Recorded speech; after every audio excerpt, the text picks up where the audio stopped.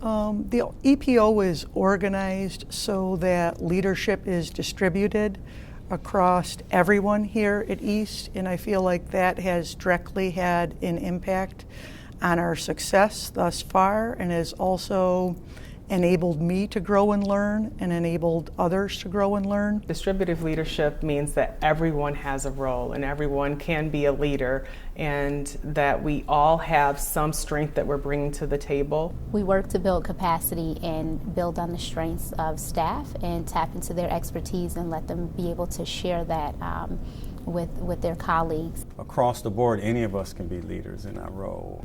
You want to get your staff members involved in the work, but you also want to use their skill sets, and it creates a culture of everybody kind of moving in the same direction, but everybody having feeling like they play an important role in the grander scheme of the work.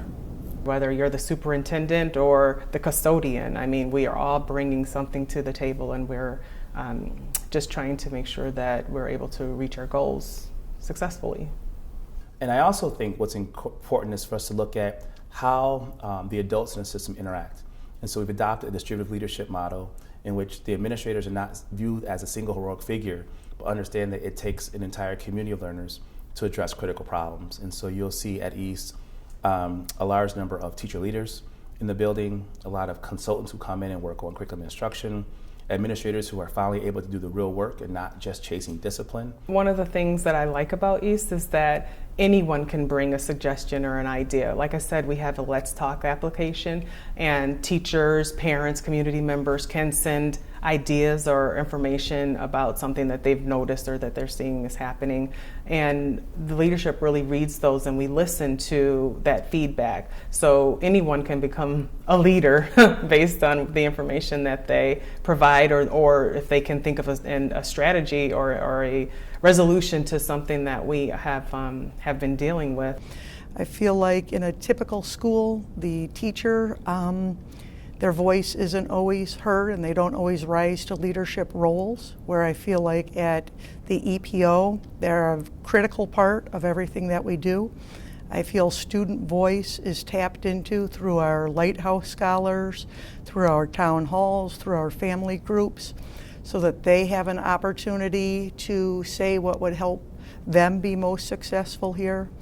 And then I feel like the actual administrative leadership team has different areas that they're responsible for, yet we're all responsible for everything. So you may have a specialty that I can now grow and learn from, and I may have one that you can grow and learn from, and our layers overlap.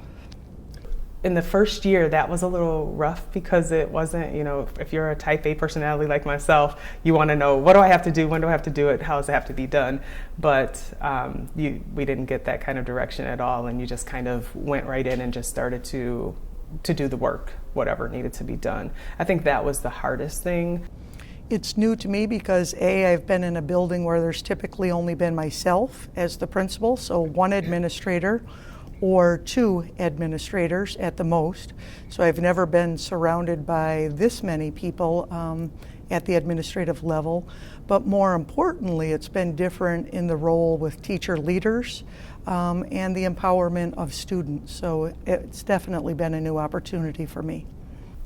I think that how we were able to transition and be comfortable with the distributive leadership model is just trust. As we learned to trust each other, we were able to get a better understanding of the strengths of each of our colleagues, and where we may have been weak, we could tap into someone else who was stronger in that area. And just like I said, just building that camaraderie and that trust is what helped us.